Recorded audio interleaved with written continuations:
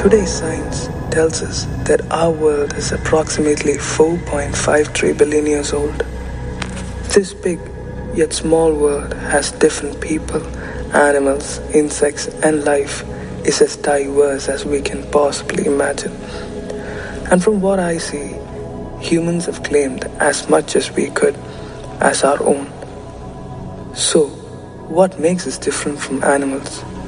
What makes us different from, say, a dove? There's actually only one difference. We can think beyond ourselves. We are conscious about ourselves and can recognize how we walk, talk, and think. We can analyze and understand the world around us.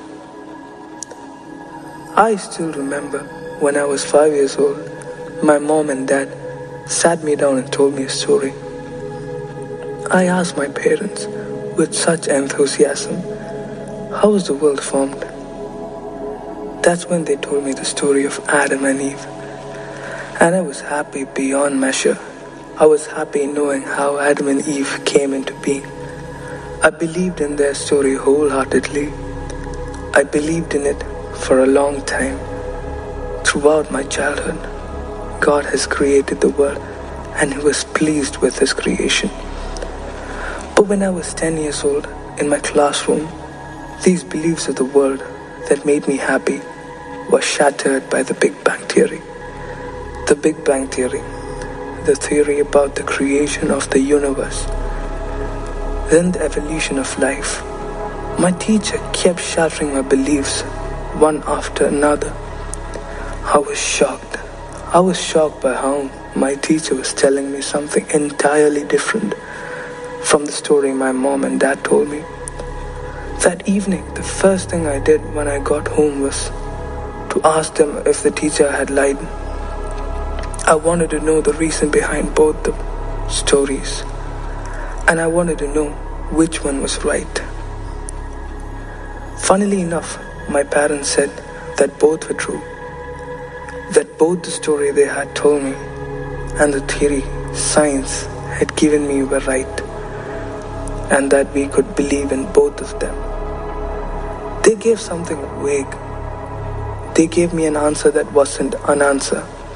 But I was 10 years old. I believed my parents. I believed my teacher. So I believed in both. God and the Big Bang Theory created our world. When I was 16, I met someone quite unexpectedly.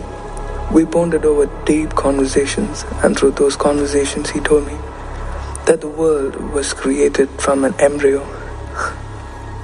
That the embryo which gives life is what creates the world. Okay, now I was really confused.